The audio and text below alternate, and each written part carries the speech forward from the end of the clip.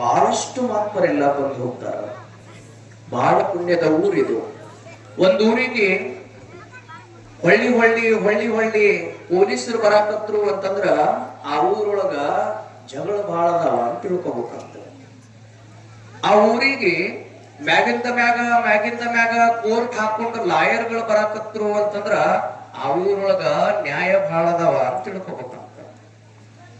ಅದ ಒಂದ್ ಊರಿಗೆ ಮ್ಯಾಗಿಂದ ಮ್ಯಾಗ ಬಿಳಿ ಬಟ್ಟೆಯನ್ನ ಹಾಕೊಂಡು ಡಾಕ್ಟರ್ಗಳು ಓಡಾಡಕತ್ರು, 108 ಆಂಬುಲೆನ್ಸ್ ಗಾಡಿ ಓಡಾಡಕತ್ತು ಅಂತಂದ್ರ ಆ ಊರೊಳಗ ಪೇಷಂಟ್ ಬಹಳ ಅದಾವ ಅಂತ ತಿಳ್ಕೊಬೇಕಂತ. ಅದ ಊರಿಗೆ ನಮ್ಮ ಚಲಿಗೆರೆ ಪರಮ ಪೂಜ್ಯರ ಅಪ್ಪೋರ್ ಅಂತವ್ರು ಹೊಳ್ಳಿ ಹೊಳ್ಳಿ ನಿಮ್ ಊರಿಗೆ ಬರಾಕತ್ರು ಅಂತಂದ್ರ ಆ ಹಳ್ಳಿ ಒಳಗ ಮಾತ್ರ ಹೃದಯದ ಸರಳ ಹೃದಯದ ಭಕ್ತರದಾರ ಅಂತ ತಿಳ್ಕೊಬೇಕ. ಅಂತಹ ಭಕ್ತರು ನೀವೆಲ್ಲರದಿರಿ, ಬಹಳ ಸಂತೋಷ ಅನಿಸಿತ್ತು. ಅಲ್ಲಿ ಯಾಕೆ ನೀವೇ ಮಾತಾಡಕತ್ತೀರಿವ? ನಮ್ದು ಕೇಳ್ರಿ ಒಂದಿಷ್ಟು.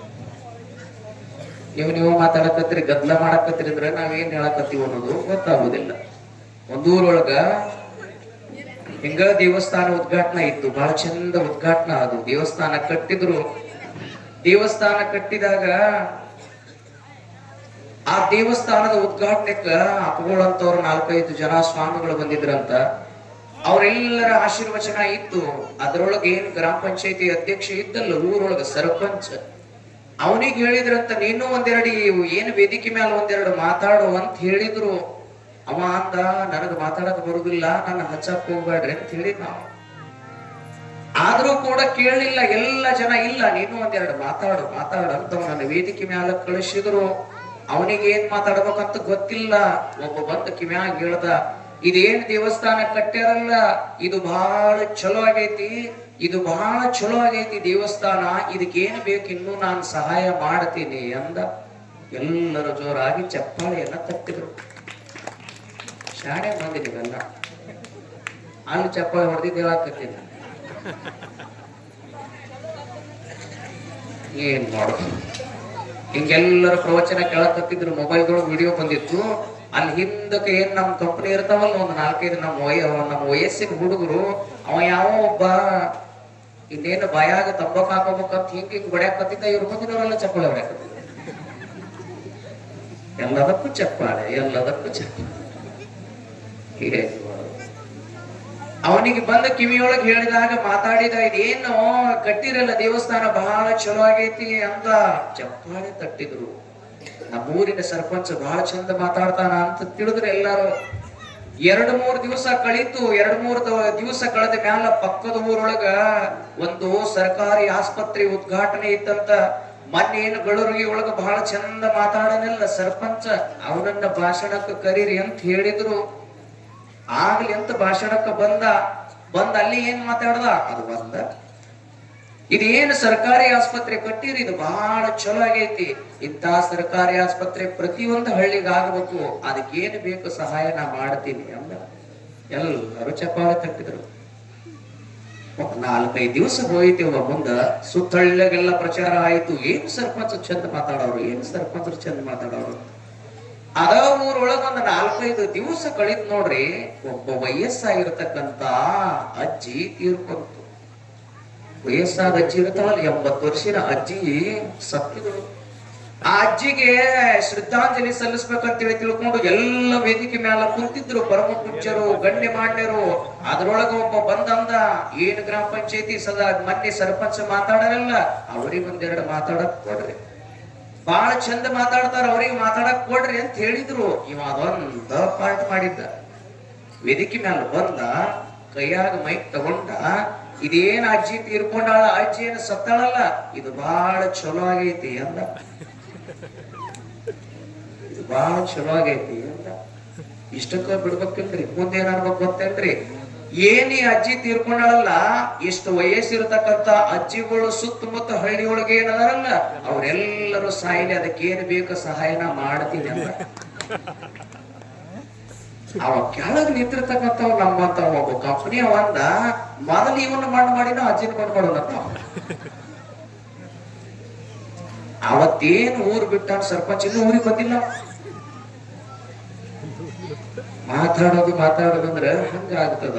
ನೀವು ಮಾತಾಡಕ್ ಹೋಗ್ಬೇಡ್ರಿ, ಬಾಳ್ ಮಾತಾಡೋದಿಲ್ಲ, ಒಂದು 15 ನಿಮಿಷ ಇಲ್ಲ ಅಷ್ಟರೊಳಗೆ ನಾನು ಪ್ರವಚನ ಮಾತುಗಳನ್ನ ಮುಗಿಸ್ತೀನಿ. ಯಾಕಂದ್ರೆ ಅಪ್ಪಗಳು ಮಾತಾಡೋರು ಅದಾರ ಇನ್ನೂ ಕೂಡ. ರಾಮಲಿಂಗ ಶಿವಯೋಗಿಗಳು ಬಹಳ ದೊಡ್ಡವರು. ಎಷ್ಟು ದೊಡ್ಡವರು ಅಂತ ಕೇಳಿದ್ರ ಸೂರ್ಯನಕ್ಕಿಂತಲೂ ದೊಡ್ಡವರು. ರಾಮಲಿಂಗ ಶಿವಯೋಗಿಗಳು ಎಷ್ಟು ದೊಡ್ಡವರು ಅಂತ ಕೇಳಿದ್ರ ಚಂದ್ರನಕ್ಕಿಂತಲೂ ದೊಡ್ಡವರು. ಯಾಕ ರಾಮಲಿಂಗ ಶಿವಯೋಗಿಗಳು ಸೂರ್ಯನಕ್ಕಿಂತ ದೊಡ್ಡವರು, ಚಂದ್ರನಕ್ಕಿಂತ ದೊಡ್ಡವರು ಅಂತ ಕೇಳಿದ್ರ, ಸೂರ್ಯ ಹಗಲು ಬೆಳಗುತ್ತಾನ, ಚಂದ್ರ ഇരുಳು ಬೆಳಗುತ್ತಾನ. ಸೂರ್ಯ ಹಗಲೊತ್ತು ಬೆಳಕು ಕೊಡ್ತಾನ, ಚಂದ್ರ ರಾತ್ರಿ ಬೆಳಗುತ್ತಾನ. ಆದ್ರ ನಮ್ಮ ಮನಸ್ಸಿನೊಳಗಿರತಕ್ಕಂತ ಅಜ್ಞಾನದ ಕತ್ತಲೆಯನ್ನ ಕಳೆಯುವುದಕ್ಕ ಸೂರ್ಯನಿಗೂ ಸಾಧ್ಯ ಇಲ್ಲ, ಚಂದ್ರನಿಗೂ ಸಾಧ್ಯ ಇಲ್ಲ. ಸೂರ್ಯ ಹಗಲು ಬೆಳಗುತ್ತಾನ, ಚಂದ್ರ ഇരുಳು ಬೆಳಗುತ್ತಾನ. ಆದ್ರ ಅವರಿಗೆ ನಮ್ಮ ಮನಸ್ಸಿನೊಳಗಿರತಕ್ಕಂತ ಅಜ್ಞಾನದ ಕತ್ತಲೆಯನ್ನ ಕಳೆಯುವುದಕ್ಕೆ ಸಾಧ್ಯ ಇಲ್ಲ. ಅಜ್ಞಾನದ ಕತ್ತಲೆಯನ್ನ ಕಳೆಯುವಂತ ಸಾಮರ್ಥ್ಯ ಇರುವಂತದ್ದು ಯಾರಿಗೆ ಅಂತ ಕೇಳಿದ್ರೆ ರಾಮಲಿಂಗ ಶಿವಯೋಗಿಗಳಿಗೆ ಮಾತ್ರ. ಅದಕ್ಕೆ ಮಹಾತ್ಮರು ದೊಡ್ಡವರು ಅಂತ ಅನುಭಾವಿಗಳು ಬಹಳ ಚಂದ ಹೇಳ್ತಾರ. ನಮ್ಮ ಭಾರತ ದೇಶ ಅಂತಂದ್ರೆ ಇದೆಲ್ಲ ಮಹಾತ್ಮರ ಭೂಮಿ. ಎಲ್ಲೆಲ್ಲಿ ನೋಡಿದ್ರೆ ಹಳ್ಳಿಗೊಂದು ಮಠ, ಹಳ್ಳಿಗೊಬ್ಬ ಸಾಧುಗಳು, ಹಳ್ಳಿಗೊಬ್ಬ ಅವುಗಳಂತ ಪ್ರವಚನ ಹೇಳುವಂತ ಮಹಾಸ್ವಾಮಿಗಳು. ಎಲ್ಲೆಲ್ಲಿ ನೋಡ್ರಿ, ಎಲ್ಲ ನೋಡಿದ್ರೆ ಎಲ್ಲಾ ಕಡೆಗೆ ಮಹಾತ್ಮರು ತುಂಬಿಕೊಂಡಾರ. ಆ ಮಹಾತ್ಮರಲ್ಲಿ ಅದ್ಭುತವಾಗಿರ್ತಕ್ಕಂತ ಶಕ್ತಿ ಇರ್ತದ. ಅವ್ರು ಇದ್ದಾಗನೂ ಶಕ್ತಿ ಇರ್ತದ, ಅವರು ಹೋದ ಮೇಲೂ ಕೂಡ ಶಕ್ತಿ ಇರ್ತದ. ಆದ್ರ ನಮ್ಮ ಭಕ್ತಿಯನ್ನ ಇಟ್ಕೊಂಡು ನಾವು ಯಾವ ಭಾವದಿಂದ ಅವರ ದರ್ಶನವನ್ನ ಮಾಡ್ತೀವಿ, ನಾವೇನ ಒಳ್ಳೆಯ ಭಾವನೆ ಇಟ್ಟು ದರ್ಶನ ಮಾಡಿ ಇಚ್ಛೆ ಪಡ್ತೀವಲ್ಲ, ಅದನ್ನ ನಿರ್ವಹಿಸುವಂತ ಶಕ್ತಿ ಅವರಲ್ಲಿ ಇರ್ತದ. ಆದ್ರೆ ಬಹಳ ಜನ ಏನ್ ಮಾಡ್ಯಾರ ಅಂತ ಕೇಳಿದ್ರ, ಎಲ್ಲ ಕಡೆಗೆ ಹೋದಾಗ ನಿಮ್ದ ಸುದ್ದಿವ ಏನ್ ಮಾಡ್ತೀರಿ, ಪಂಡ್ರಾಪುರಕ್ಕೆ ಹೋದ್ರು ಒಂದ್ ದೇವ್ರ ತರುದ, ಶ್ರೀಶೈಲಕ್ಕೆ ಹೋದ್ರು ಒಂದ್ ದೇವ್ರ ತರುದ, ಮತ್ತೊಂದು ಊರಿಗೆ ಹೋದ್ರು ಮತ್ತೊಂದ್ ದೇವ್ರ ಫೋಟೋ ತರುದ, ಎಲ್ಲ ಫೋಟೋ ತಮ್ಮ ದೇವ್ರ ಜಗಲಿ ಮ್ಯಾಗ ಇಡ್ತೀರಿ, ಪೂಜೆ ಮಾಡಾಕ ಜಗಳಾಡ್ತೀರಿ. ಎಲ್ಲಾ ದೇವರ ಫೋಟೋ ತಂದು ಜಗಲಿ ಮ್ಯಾಗ ಇಡ್ತೀರಿ, ಪೂಜಾ ಮಾಡಕ್ ಜಗಳಾಡ್ತೀರಿ. ನೀ ಪೂಜಾ ಮಾಡುವಂತ ಸೊಸಿ ಅಂತಾಳ, ನೀ ಪೂಜಾ ಮಾಡುವಂತ ಅಂತಾಳ. ಯಾವಾಗ ದೇವರ ಒಲಿಯುವುದು ನಮಗ, ಯಾವಾಗ ದೇವರ ಕರುಣೆ ಆಗುವುದು ನಮಗ. ಭಕ್ತಿಯಿಂದ ಪೂಜೆ ನಾವು ಮಾಡಬೇಕಲ್ಲ. ಒಂದೂರೊಳಗ 4 ಜನ ಸ್ವಸ್ಥರಿದ್ರು. ಒಬ್ಬಕ್ಕಿನ ಅತ್ತಿನೇ ಕಾರ್ಬಾರ ಮಾಡ್ತಿದ್ಲು. ಅತ್ತಿನೇ ಮನೆಯೊಳಗೆ ಏನ್ ಮಾಡೋದಂತೇಳಿ ತಿಳ್ಕೊಂಡು ಅತ್ತಿನ ಜಗಲಿ ಪೂಜಾ ಮಾಡ್ತಿದ್ಳು, ದೇವರ ಪೂಜಾ ಮಾಡ್ತಿದ್ಳು. ಒಂದ್ ದಿವಸ ಅತ್ತಿಗೂ ಕೂಡ ಬೇಸರ ಆಯ್ತು. ಎಷ್ಟರೇ ಪೂಜಾ ಮಾಡೋದು, ನಾನಾ ಪೂಜಾ ಮಾಡ್ಬೇಕು. ಮನೆಯೊಳಗ 4 ಜನ ಸ್ವಸ್ಥರದಾರ, ಒಬ್ರು ಕೂಡ ಪೂಜಾ ಮಾಡಾಕ ತಯಾರಿಲ್ಲ. ದೇವರ ಜಗಲಿ ಮುಂದೆ ದೀಪ ಹಚ್ಚಾಕ ತಯಾರಿಲ್ಲ. ನಾನಾ ಎಷ್ಟರ ಮಾಡ್ಲಿ ಅಂತೇಳಿ ತಿಳ್ಕೊಂಡು ಆ 4 ಜನ ಸ್ವಸ್ಥರಿಗೆಲ್ಲ ಕರೆದು ಹೇಳಿದ್ರಂತ, ನನಗಿನ್ನ ಮುಂದೆ ಪೂಜಾ ಮಾಡೋದಾಗೋದಿಲ್ಲ, ನೀವ ದಿವಸ ಒಬ್ಬೊಬ್ಬರು ಬಾಳೆ ಹಾಕೊಂಡು ಪೂಜಾ ಮಾಡ್ಬೇಕಂತ ಹೇಳಿದ್ರು. ಇವ್ರು 4 ಜನ ಸ್ವಸ್ಥರು ಮತ್ತೆ ಬಹಳ ಬೆರಕೆ ಇರ್ತಾರೆ ಇವ್ರು.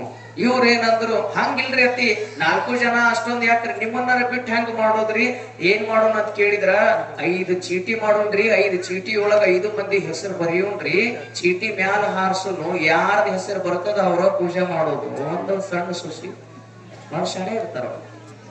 ಯಾರ ಹೆಸರು ಬರ್ತದಲ್ಲ ಅವರ ಪೂಜಾ ಮಾಡೋದು ಅಂದ್ರು.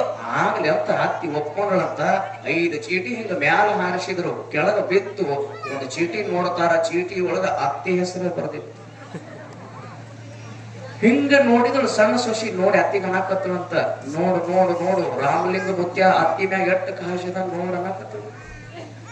ಅತ್ತಿ ಅನ್ನಕತ್ತಳ ಅಂತ. ಇದ್ರಾಗ ನೀವು 4 ಮಂದಿ ಕೂಡಿ ಏನೋ ಮೋಸ ಮಾಡಿರಿ, ಇನ್ನೊಮ್ಮೆ ಹಾರಿಸ್ರಿ ಚೀಟಿ ಅಂದ್ರ. ಇನ್ನೊಮ್ಮೆ ಹಾರಿಸ್ರಿ ಅಂತ 5 ಚೀಟಿ ತಗೊಂಡು ಇನ್ನೊಮ್ಮೆ ಹಾರಿಸಿದ್ರು ಅಂತ. ಮತ್ತ ಹತ್ತಿದ ಹೆಸರು ಬರ್ತ ಏನ್ ಮತ್ತ 2-3 ಸಾರಿ ಹತ್ತಿದ ಹೆಸರು ಬರಾಕತ್ತೈತಿಲ್ಲ, ಯಾಕ ತಿಳ್ಕೊಂಡು ಹಿಂಗ ವಿಚಾರ ಮಾಡಿ ಯಾಕಿದ ಬರಾಕತ್ತ ಹೆಸರ ಅಂತ ಮತ್ತೊಬ್ಬ ಸೊಸಿ ಅನ್ನಕತ್ಲು. ಅತ್ತಿ ನೋಡಿ ದಿನ ಪೂಜೆ ಮಾಡೋದು ಚಲೋನ ಐತಿ, ಅತ್ತಿ ಮ್ಯಾಗ ದೇವ್ರ ಬಹಳ ಭಕ್ತಿ, ಅತ್ತಿದ ಆಶೀರ್ವಾದ ಮಾಡ್ಯಾರ ದೇವ್ರುಗಳು ಅಂತೇಳಿ ತಿಳ್ಕೊಂಡು ಮಾತಾಡಕತ್ತಿದ್ರಂತ. ಅತ್ತಿನೂ ಇದ್ರ ಮಾತಿಗೆ ಮರಳಾಗಿ ಹಂಗ ಪೂಜೆ ಮಾಡಕ್ ಶುರು ಮಾಡಿದಳು. 2 ದಿವಸ ಹೋಯ್ತು, 4 ಜನ ಸ್ವಸ್ಥ್ಯರ ಮಾತಾಡಕತ್ತರು. ದೊಡ್ಡ ಸೊಸಿ ಅಂದ್ರು, ಅಲ್ಲ ಏನು ಹಿಂಗ ಅತ್ತಿ ಮ್ಯಾಲ ಅಷ್ಟೊಂದು ಎಲ್ಲಿ ಪ್ರೇಮ, ದೇವ್ರು ಹೆಂಗಿರ್ಬೇಕು ನೋಡು ಅಂದಾಗ ಸಣ್ಣ ಸೊಸಿ ಅಂತಾಳ, ಎಲ್ಲಿ ಪ್ರೇಮ ಇರ್ತಾನ ಬದನಿಕಾಯಿ ಅಂದ್ರ. ಯಾಕೆ ಏನಾಗ್ಯದ? ನಾನಾ ಒಂದು ಐಡಿಯಾ ಮಾಡೀನಿ ಅಂದ್ರ. ಏನ್ ಐಡಿಯಾ ಮಾಡಿದಿ?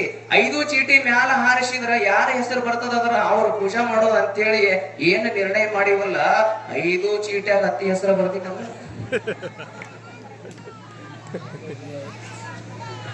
ಹಿಂಗ್ ಮಾಡಿದ್ರ ದೇವರೆಂದರೆ ಒಲಿಯಕ್ ಸಾಧ್ಯ ಅದೇನು? ಒಲಿಯುವುದಿಲ್ಲ, ಒಲಿತಾನ. ಭಕ್ತಿದಿಂದ ನಾವೆಲ್ಲರೂ ದೇವರ ಆರಾಧನೆಯನ್ನ ಮಾಡಬೇಕು, ಮಹಾತ್ಮರ ಪೂಜೆಯನ್ನ ಮಾಡಬೇಕು. ಮನೆಗಿಂತ ಇಂತಹ ಮಹಾತ್ಮರು ಊರಿಗೆ ಬಂದಾರಂದ್ರ ಅವ್ರನ್ನ ಒಂದಿಷ್ಟು ಮನೆಗೆ ಕರ್ಕೊಂಡು ಹೋಗಿ ಪಾದಪೂಜೆ ಮಾಡಿ ಅವ್ರಿಗೆ 100-200 ಕಾಣಿಕೆ ಕೊಟ್ರಿ ಅಂತಂದ್ರ ಅವ್ರ ಆಶೀರ್ವಾದ ಸದಾನು ಕಾಲ ನಿಮ್ಮ ಒಲಿತನಕ್ಕೆ ಇರುತ್ತದೆ, ಸದಾನು ಕಾಲ. ಅಂತ ಕಾರ್ಯ ನಾವೆಲ್ಲರೂ ಮಾಡೋದು. ಇನ್ ಮುಂದೆ ಮಕ್ಕಳು ಮಾತಾಡೋರು ಅದಾರ. ಒಂದು ದೃಷ್ಟಾಂತವನ್ನ ಹೇಳಿ ನನ್ನ ಮಾತನ್ನ ಮುಗಿಸ್ತೇನೆ. ಎಲ್ಲ ನೋಡಿದ್ರೆ ನೀವೆಲ್ಲ ತ್ರಿಮೂರ್ತಿ ಅಪ್ಪೋರ್ ಫೋಟೋ ಹಾಕಿದಾರ, ಕುಂಡಲಿಂಗ ಶಿವಯೋಗಿಗಳ ಫೋಟೋ ಹಾಕಿದಾರ, ಅಭಿನವ ಶಿವಯೋಗಿಗಳ ಫೋಟೋ ಹಾಕಿದಾರ. ಬಹಳ ಸಂತೋಷ ಅನಿಸಿತು. ನಮ್ಮಲ್ಲಿ ಭಕ್ತಿ ಇತ್ತು ಅಂತಂದ್ರೆ ಮಹಾತ್ಮರು ಹೆಂಗ್ ಕಾಯ್ತಾರ ಅನ್ನೋದಕ್ಕ ಜೀವಂತ ಉದಾಹರಣೆ ಏನು ಅಂತ ಕೇಳಿದ್ರ ನಿಮ್ಗೆಲ್ಲ ಗೊತ್ತದ. ಗೊಳಸಾರ ಮಠ. ಸ್ವಲ್ಪ ಗೊಳಸಾರದಿಂದ 5 ಕಿಲೋಮೀಟರ್ ಮುಂದೆ ಹೋದ್ರಿ ಅಂತಂದ್ರೆ ನಾದ ಅಂತ ಊರು ಬರ್ತದ. ಆ ನಾದ ಊರಿನೊಳಗ ಒಂದು ಸುಂದರವಾದ ಕುಟುಂಬ, ಏನು ಸುಂದರವಾಗಿರತಕ್ಕಂತ ಜೀವನವನ್ನ ಸಾಗಿಸ್ತಿದ್ರಂತ. ಸರುಬಾಯಿ ಅಂತ ಹೆಣ್ಣು ಮಗಳು, ಸುಂದರವಾಗಿರತಕ್ಕಂತ ಮನೆಯೊಳಗ ಚಂದಾದ ಗಂಡ, 2 ಗಂಡು ಮಕ್ಕಳು, ಒಬ್ಬಕ್ಕೆ ಹೆಣ್ಣು ಮಗಳು. ಒಬ್ಬ ಹೆಣ್ಣು ಮಗಳು ಇದ್ದಳಂತ. ಹೆಣ್ಣು ಮಗಳು ಸಣ್ಣವಳು. 2 ಮಕ್ಕಳು ಬೆಳೆದು ಪ್ರಾಯಕ್ಕೆ ಬಂದಾರ. ಆದ್ರ ಗಂಡ ಬಹಳ ಚಂದ ಮನೆಯೊಳಗ ಚೆನ್ನಾಗಿ ಇರುವಂತವ, ಯಾವತ್ತೂ ಕೂಡ ಇಂತ ದಾನ ಧರ್ಮದೊಳಗ ಭಾಗಿಯಾಗುವಂತ ಗಂಡ. ಆದ್ರ ಸ್ವಲ್ಪ ದಿವಸ ಕಳೆದಿತ್ತು.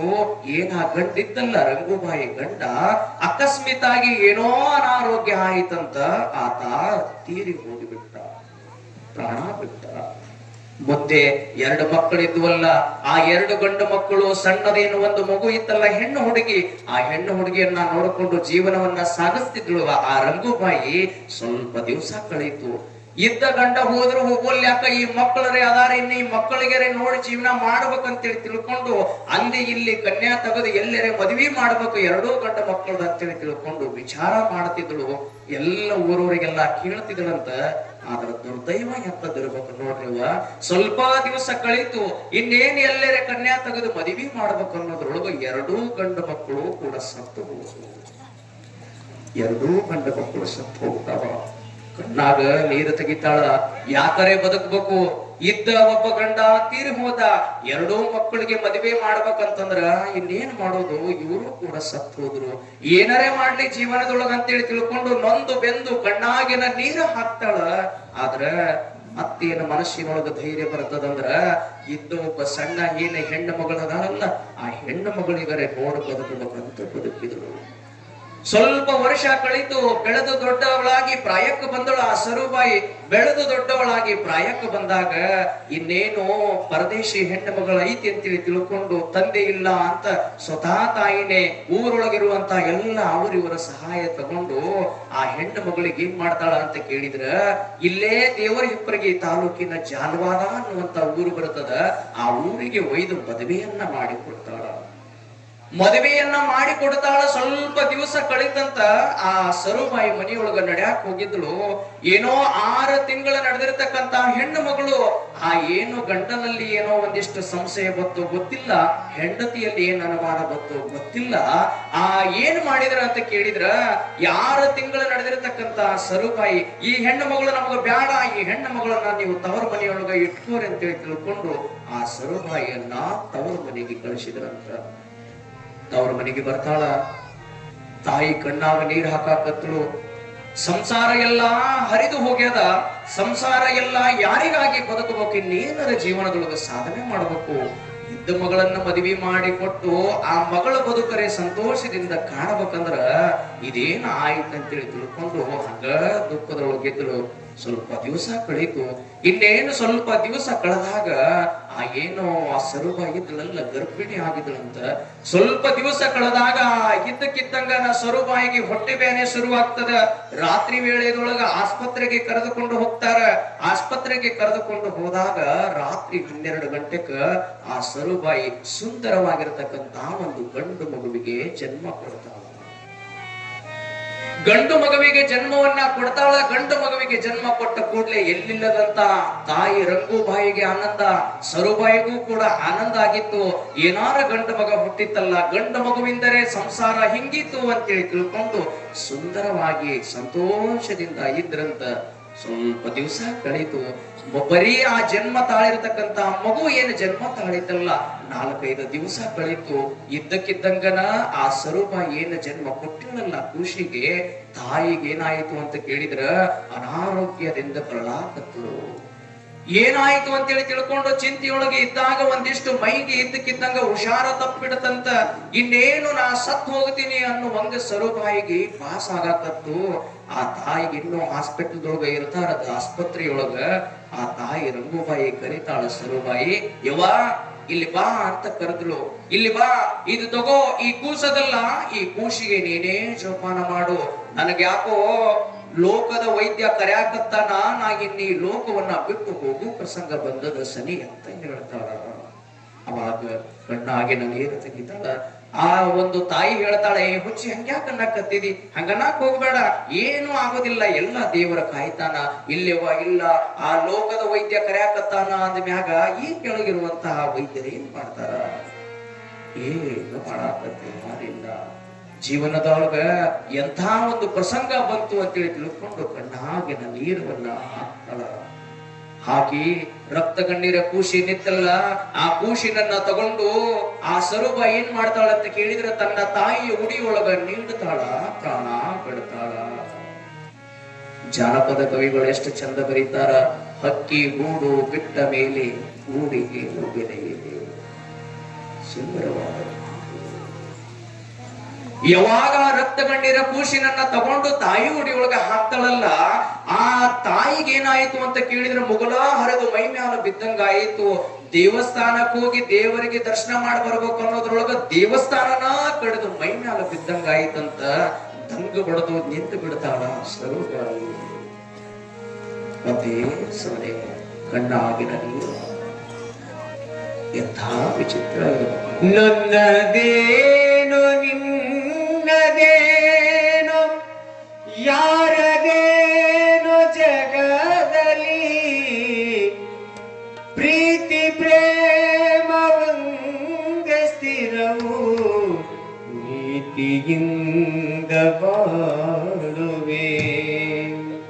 ಹಕ್ಕಿಗೂಡು ಬಿಟ್ಟ ಮೇಲೆ, ಹಕ್ಕಿಗೂಡು ಬಿಟ್ಟ ಮೇಲೆ ಗೂಡಿಗೇನು ಬೆಲೆ ಇದೆ, ಹೃದಯ ಪ್ರೀತಿ ತೊರೆದ ಮೇಲೆ, ಹೃದಯ ಪ್ರೀತಿ ತೊರೆದ ಮೇಲೆ ಮನಕ್ಕೆ ಶಾಂತಿ ಎಲ್ಲಿದೆ. ಹಕ್ಕಿಗೂಡು ಬಿಟ್ಟ ಮೇಲೆ, ಹಕ್ಕಿಗೂಡು ಬಿಟ್ಟ ಮೇಲೆ ಗೂಡಿಗೆ ಬೆಲೆ ಇದೆ.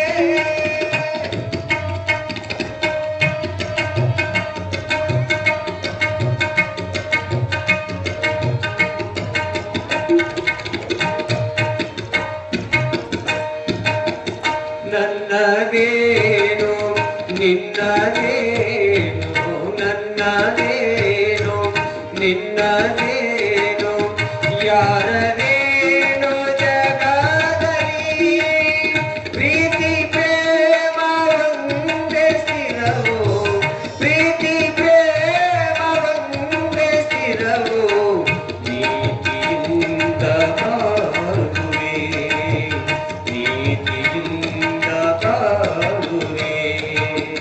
ಹಕ್ಕಿಗೂಡು ಬಿಟ್ಟ ಮೇಲೆ ಗೂಡಿಗೇನು ಬೆಲೆ ಇದೆ.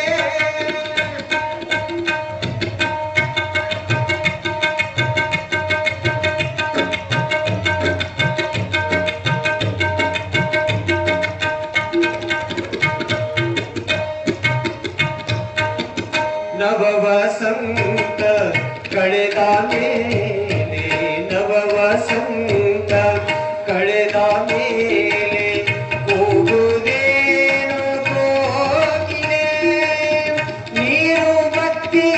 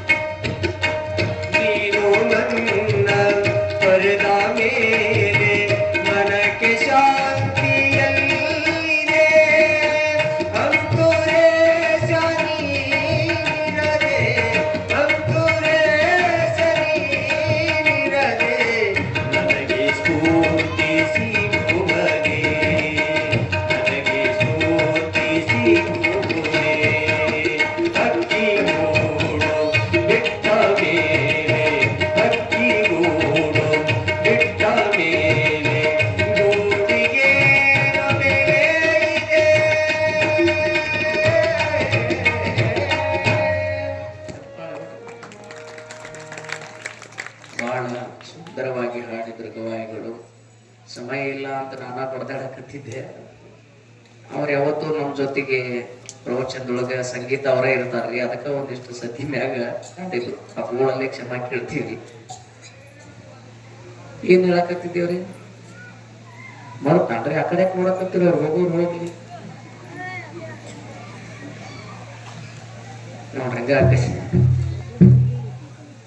ಪೂಜಾರಿ ಚನ್ನಬಸಪ್ಪ ಅಂತಿದ್ದಂತಪ್ಪ. ಆ ಪೂಜಾರಿ ಚನ್ನಬಸಪ್ಪಗೆ ಬರೀ ಪ್ರವಚನ ಕೇಳೋ ಹುಚ್ಚ. ಆದ್ರೆ ಏನ್ ಮಾಡೋದು, ಕುರಿ ಕಾಯ್ಕೊಂತ ಹೋಗೋ ಮನುಷ್ಯ ದಿವ್ಸ ಅಡವಿಗೆ ಹೋಗವ, ಅರಣ್ಯಕ್ ಹೋಗವ, ಹಂಗ ಕುರಿ ಕಾಯ್ದು ಬರವ. ಇನ್ನೇನು ಪ್ರವಚನಕ್ಕೆ ಬರ್ಬೇಕು ಅನ್ನೋದ್ರೊಳಗ ಪ್ರವಚನ ಮುಗಿದು ಬಿಡ್ತೈತ್ರಿ. 1 ದಿವಸ ಹೋಯಿತು, 2 ದಿವಸ ಹೋಯಿತು, 3 ದಿವಸ ಹೋಯಿತು. ಅವ್ರ ಊರೊಳಗ ರಾಮಾಯಣ ಪ್ರವಚನ ಹಚ್ಚಿದ್ರಂತ. ಅವ ಮೊದಲ ಹಾಲು ಮತದ ಮನುಷ್ಯ ರಾಮಾಯಣ ಪ್ರವಚನ ಹಚ್ಚಿದ್ರಂತ. ರಾಮಾಯಣ ಪ್ರವಚನ ಹಚ್ಚಿದ್ರೆ ಇವತ್ತು ಕೇಳೇ ಬಿಡ್ಬೇಕು, ಬೇಗ ಬರ್ಬೇಕಂತ ಬೇಗ ಬಂದ. ಆದ್ರೂ ಕೂಡ ಪ್ರವಚನ ಮುಗಿದಿತ್ತು. ಸ್ವಲ್ಪ ಎಲ್ಲ ಪ್ರವಚನ ಬಿಟ್ಟು ಹಿರಿಯರು ಮಾಡಿದ್ರಲ್ಲ, ಇಂಥವ್ರು ಇಲ್ಲಿ ಏನ್ ಟೆಪ್ಗೆ ಹಾಕೊಂಡು ಕುಂತಾರಲ್ಲ, ಇವ್ರು 1-2 ಮಂದಿ ಎದುರು ಸಿಕ್ಕ್ರ ಅವ್ರಿಗೆ. ಅವ ಚನ್ನಬಸಪ್ಪ ಕೇಳ್ತಾನ, ಅಲ್ಲಪ್ಪ ನಾ 2-3 ದಿವಸ ಐತಿ ಪ್ರವಚನ ಕೇಳ್ಬೇಕಂತ ಬರಾಕತ್ತೀನಿ. ಪ್ರವಚನ ನಾ ಬರೋದ್ರೊಳಗ ಮುಗ್ದಾಗ ಬರಾಕತ್ತೈತಿ, ಎಲ್ಲಿಗಾರೆ ಬಂದೈತಿ ಪ್ರವಚನ ಅಂತ ಕೇಳ್ದ.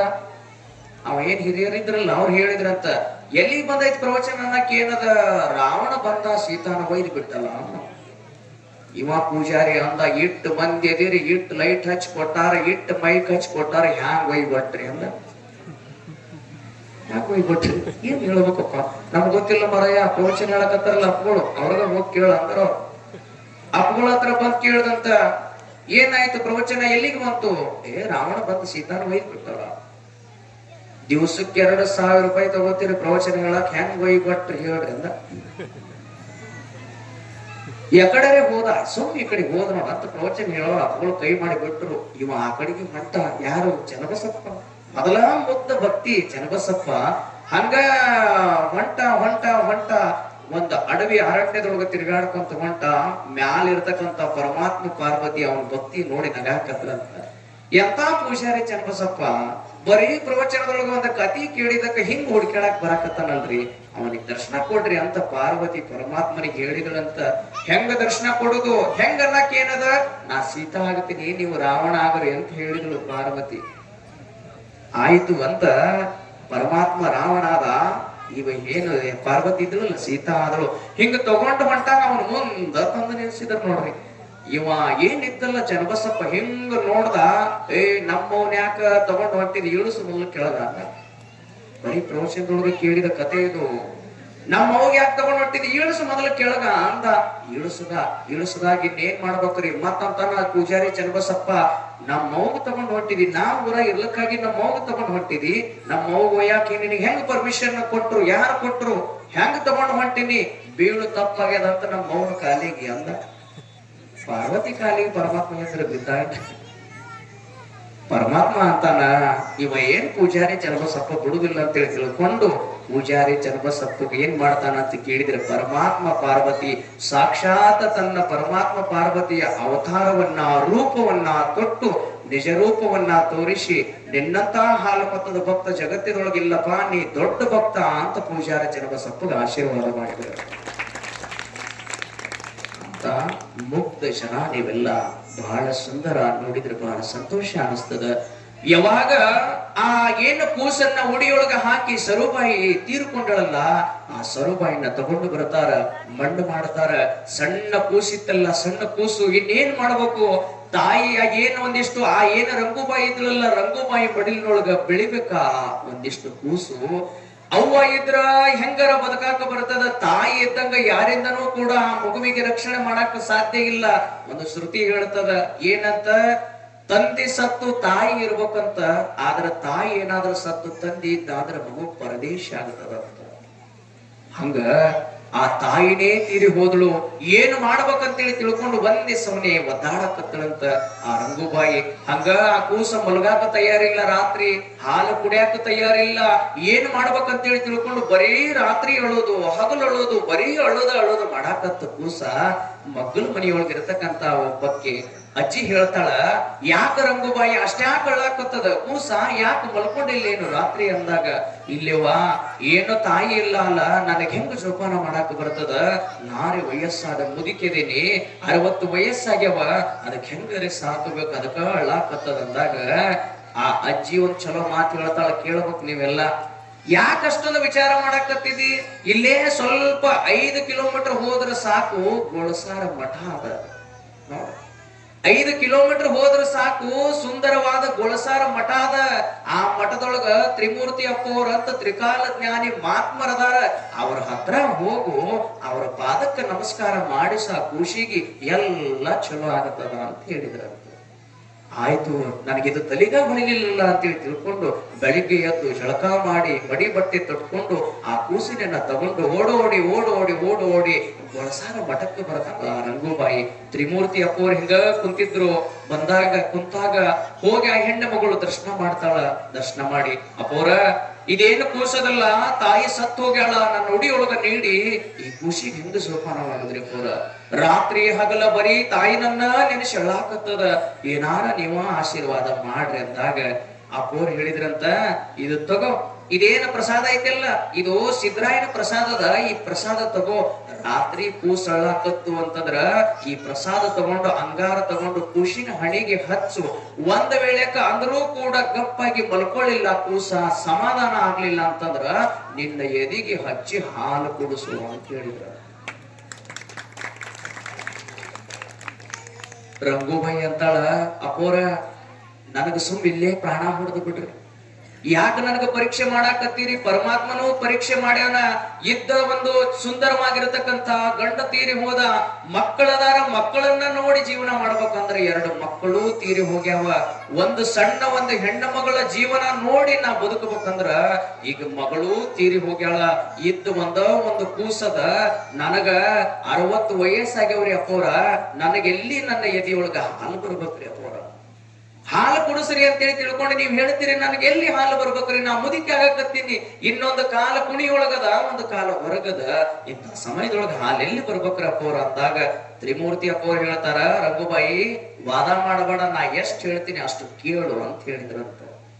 ಆಯ್ತು ಅಂತ ಮಹಾತ್ಮರ ಶಕ್ತಿ ನೋಡ್ರಿ ಎಂತದ. ಆಯ್ತು ಅಂತೇಳಿ ತಿಳ್ಕೊಂಡು ಮನೆಗೆ ಬರ್ತಾಳ. ರಾತ್ರಿ ವೇಳೆದೊಳಗ ಮತ್ತ ಕೂಸ ಎದ್ದು ಅಳಾಕತ್ತಂತ, ಘನಘೋರವಾಗಿರತಕ್ಕಂತ ಕೂಸ ಧ್ವನಿಯನ್ನ ತೆಗೆದು ಅಳಾಕತ್ತಂತ. ಆ ಅಪ್ಪಗಳು ಕೊಟ್ಟ ಪ್ರಸಾದವನ್ನ ಹಚ್ಚಿದ್ರಂತ. ಆದ್ರೂ ಕೂಡ ಕೂಸ ಸಮಾಧಾನದಿಂದ ಮಲ್ಕೊಳ್ಳಾಕ ತಯಾರಿಲ್ಲ. ಎಂತ ಒಂದು ಪ್ರಸಂಗ ಬಂತು ಅಂತೇಳಿ ತಿಳ್ಕೊಂಡು ಹಂಗ ಕಣ್ಣಾಗಿನ ನೀರು ಸುರಿತಾವ. ಯಪ್ಪಾ ತ್ರಿಮೂರ್ತಿಯಪ್ಪ ದಿನ ಕಾಪಾಡಪ್ಪ ಅಂತೇಳಿ ತಿಳ್ಕೊಂಡು ಮನೆಯೊಳಗಿರತಕ್ಕಂತ ಬರೀ ಫೋಟೋ ಇತ್ತಂತ, ಅಪ್ಪಗಳ ಫೋಟೋಕ್ಕೆ ನಮಸ್ಕಾರ ಮಾಡಿ ಬೇಡ್ಕೊಂಡಳಂತ. 60 ವಯಸ್ಸೇನ ಆಗಿತ್ತಲ್ಲ ರಂಗುಬಾಯಿಗೆ, 60 ವಯಸ್ಸಿನ ಮುದುಕಿದ್ಳಲ್ಲ, 60 ವಯಸ್ಸಿನ ಆ ಏನು ವಯಸ್ಸಿನ ಹೆಣ್ಣು ಮಗಳು ಹೋಗಿ ಹರಿಯದ ವಯಸ್ಸು ಬಂತಂತ ಬಾಡೆತನ ಲಕ್ಷಣ ಬಂದು 2 ಎದಿ ತಟ ಬಿಗಿದು ನಿಂತು ಅಂತ ತಗೊಂಡು ಆ ಕೂಶಿಗೆ ಕುಡಿಸ್ತಾಳ. ಆ ರಂಗುಬಾಯಿನೇ ಆ ಕೂಶಿಗೆ ಜೋಪಾನ ಮಾಡ್ತಾಳ. ಇದು ನಂಬ್ತಿರಲ್ಲ, ಬಹಳ ವರ್ಷಗಳಿಂದ ಆಗಿಲ್ಲ, ಇದು ಪವಾಡ ಸ್ವಲ್ಪ ವರ್ಷಗಳ ಹಿಂದೆ ಆಗ್ಯದ. ಬಸವಣ್ಣವ್ರು ಬಹಳ ಚಂದ ಬರೀತಾರ, ನೀನೊಲಿದರೆ ಕೊರಡು ಕೊನರುವುದಯ್ಯ, ನೀನೊಲಿದರೆ ಬಲು ಬರಡು ಹೈನಾಹುವುದಯ್ಯ, ನೀನೊಲಿದರೆ ವಿಷವು ಅಮೃತವಾಹುವುದಯ್ಯ, ನೀನೊಲಿದರೆ ಸಕಲ ಪಡಿ ಪದಾರ್ಥ ಇದರಲ್ಲಿರ್ಪು ಕೂಡಲ ಸಂಗಮ ದೇವ. ಸುಂದರವಾದ ಮಾತಿದು. ಆ ಒಂದು ಮಗುವಿಗೆ ರಕ್ತ ಗಣ್ಣಿರ ಕೂಸಿಗೆ ಆ ಅಜ್ಜಿ ಏನ್ ಮಾಡ್ತಾಳ ಅಂತ ಕೇಳಿದ್ರೆ ತನ್ನ ಎದೆಯಿಂದ ಹಾಲನ್ನ ಕುಡಿಸ್ತಾಳ. ಆ ಅಜ್ಜಿ ಕೈಯೊಳಗ ಬೆಳೆದಿರ್ತಕ್ಕಂತಹ ಕೂಸ ಬೆಳೆದು ದೊಡ್ಡವಾದ, ಚಲೋ ಶಿಕ್ಷಣವನ್ನ ಕಲಿತ, ಚಲೋ ಮತ್ತು ದೊಡ್ಡ ವಿದ್ಯಾವಂತ ಆದ. ಈ ಸದ್ದನು ಕೂಡ ನಿಮಗ ನೋಡಾಕ ಸಿಗ್ತಾನ. ಮೋರಟಗಿ ಗ್ರಾಮದೊಳಗ ತಲಾಟಿ ನೌಕರಿ ಮಾಡಾಕತ್ತಾನ ಮಾರುತಿ ಅಂತ ಆ ಹುಡುಗನ ಹೆಸರು. ಇನ್ನೂ ಕೂಡ ನೋಡಾಕ ನಿಮ್ಗ ಸಿಗ್ತಾನ. ಇದು ಯಾರದು ಶಕ್ತಿ ಅಂತ ಕೇಳಿದ್ರ ಮಹಾತ್ಮರ ಶಕ್ತಿ. ಅವರ ಪಾದದೊಳಗ ಅಷ್ಟು ಶಕ್ತಿ ಇರ್ತದ, ಹಸ್ತದೊಳಗ ಅಷ್ಟು ಶಕ್ತಿ ಇರ್ತದ, ನೇತ್ರದೊಳಗ ಅಷ್ಟು ಶಕ್ತಿ ಇರ್ತದ. ತ್ರಿಮೂರ್ತಿ ಅಪ್ಪವರು ಬ್ಯಾರೆ, ರಾಮಲಿಂಗ ಶಿವಯೋಗಿಗಳು ಬ್ಯಾರೆ ಅಂತ ನೀವು ತಿಳ್ಕೊಳಕ್ ಹೋಗ್ಬ್ಯಾಡ್ರಿ.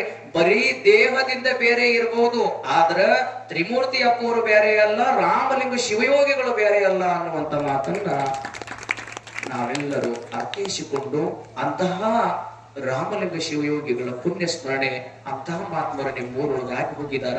ಅವರ ಒಂದಿಷ್ಟು ನೀವು ಅವ್ರು ಹೋಗ್ಯಾರ ಅಂತಂದ್ರೆ ಅವರ ಶಕ್ತಿ ಅವರ ಜೊತೆಗೆ ಎಂದೂ ಕೂಡ ಹೋಗಂಗಿಲ್ಲ, ಸದಾ ಕಾಲ ನಮ್ಮನ್ನ ರಕ್ಷಣೆ ಮಾಡ್ತಿರ್ತದ. ಅಂತಹ ರಾಮಲಿಂಗ ಶಿವಯೋಗಿಗಳ ಸೇವೆಯನ್ನ ಮಾಡಿ ಅವರ ಗದ್ದುಗೆ ದರ್ಶನವನ್ನ ಮಾಡಿ ನಿಮ್ಮೆಲ್ಲರ ಜೀವನ ಧನ್ಯ ಆಗ್ಲಿ, ನಿಮ್ಮೆಲ್ಲರ ಜೀವನ ಪುನೀತ ಮಾಡ್ಕೊಳ್ರಿ ಅನ್ನುವಂತ ಮಾತನ್ನ ತಿಳಿಸಿ ಸಮಯ ಬಾಳಾಗೈತಿ. ಅಪೂರ್ವ ಇನ್ ಮಾತಾಡೋರದಾರ. ಮತ್ ನಮಗೂ ನಿಮ್ಗೆ ಯಾವಾಗಾರ ದೇವರು ಕೂಡಿಸ್ಕೊಟ್ಟಾಗ ಇದೊಂದು ಸೇವೆ ಅಂತ ಮಾಡೋದು. ನಾವು ಒಂದಿಷ್ಟು ರಾಮಲಿಂಗ ಶಿವಯೋಗಿಗಳ ಸೇವೆ ಅಂತ ಮಾಡೋದು. ನಾವೇನಿಲ್ಲಿ ದೊಡ್ಡ ಉಪನ್ಯಾಸಕರು ದೊಡ್ಡ ಪ್ರವಚನಕಾರರ ಅಂತ ಇಲ್ಲಿ ಬಂದಿಲ್ಲ. ಅಪ್ಪಗಳ ಮುಂದೆ ನಮ್ದು ಒಂದಿಷ್ಟು ಸೇವೆ ಭಾಗ್ಯ ಸಿಕ್ಕದಂದ್ರ ಇದೋ ಒಂದು ದೊಡ್ಡ ಪುಣ್ಯ ಅಂತೇಳಿ ತಿಳ್ಕೊಂಡು ನಾವು ಮನುಷ್ಯರು ತಿಳ್ಕೊಂಡಿದೀವಿ. ಕೊನೆಯದಾಗಿ ಒಂದು ಸಂದೇಶ ಹೇಳಿ ಮುಗಿಸ್ತೀನಿ. ಸಂದೇಶ ಕೊನೆಯದಾಗಿ ಏನು ಅಂತ ಹೇಳಿದ್ರ, ಇಷ್ಟು ತನಕ ಹೇಳಿರಲ್ರಿ ಅಪ್ಪೋರ ಅದೇನು ನಮ್ಗೆ ತಿಳಿದಿಲ್ರಿ ಅಂತಂದ್ರೆ ಇದನ್ನ ತಿಳ್ಕೊ. ಜೀವನ ಅಂತಂದ್ರ ಒಂದೇ ಅದ. ನಾವು ಹೊಳ್ಳಿ ಹುಟ್ಟಿ ಬರ್ತೀವೋ ಇಲ್ಲೋ ಗೊತ್ತಿಲ್ಲ. ಯಾಕಂದ್ರ ಚಲೋ ಹಾಡವ್ ಬಂದ ಅಂತಂದ್ರ ಒನ್ಸ್ ಮೋರ್ ಅಂದ್ರೆ ಇನ್ನೊಮ್ಮೆ ಹಾಡಿ ತೋರಿಸ್ತಾನ. ಚಲೋ ಡಾನ್ಸ್ ಮಾಡವ್ ಬಂದ ಅಂತಂದ್ರ ಒನ್ಸ್ ಮೋರ್ ಅಂದ್ರೆ ಇನ್ನೊಮ್ಮೆ ಡಾನ್ಸ್ ಮಾಡಿ ತೋರಿಸ್ತಾನ. ಚಲೋ ಮಾತಾಡವ್ ಬಂದ ಅಂದ್ರೆ ಒನ್ಸ್ ಮೋರ್ ಅಂದ್ರೆ ಇನ್ನೊಮ್ಮೆ ಮಾತಾಡಿ ತೋರಿಸ್ತಾನ. ಸತ್ ಹೇಳದ ಕೊಳ್ಳ ಹೂವಿನ ಹಾರ ಹಾಕಿ ಒನ್ಸ್ ಮೋರ್ ಅಂದ್ರ ಎದ್ದು ಕುಣಿತೈತೆ ಉಳಿದಿಲ್ಲ. ಜೀವನ ಅಂದ್ರೆ ಒಂದೇ ಅದ. ಯಾರು ಕೂಡ ಹೊಟ್ಟೆ ಜಗಳ ಮಾಡಕ್ ಹೋಗ್ಬೇಡ್ರಿ. ಮಾಡಿದ್ರು ಮಾಡೋಳ್ರಿ ಅಕ್ಕ. ಅದನ್ನ ತಗೊಂಡು 4 ಮಂದಿ ಮುಂದೆ ನ್ಯಾಯ ಹಾಕಕ್ ಹೋಗ್ಬೇಡ್ರಿ. ಹಾಕಿದ್ರು ಹಾಕೊಳ್ರಿ ಅಕ್ಕ. ಪೊಲೀಸ್ ಸ್ಟೇಷನ್ ಮಾತ್ರ ತಪ್ಪಿ ಹೋಗಕ್ ಹೋಗ್ಬೇಡ್ರಿ. ಹೋದ್ರು ಹೋಗೋಳ್ರಿ ಅಕ್ಕ. FIR ಮಾತ್ರ ಯಾವುದೇ ಕಾರಣಕ್ಕೂ ಹರಿಯಾಕ್ ಹೋಗ್ಬೇಡ್ರಿ. ಹರಿದ್ರು ಹರಿವಲ್ರಿ ಅಕ್ಕ.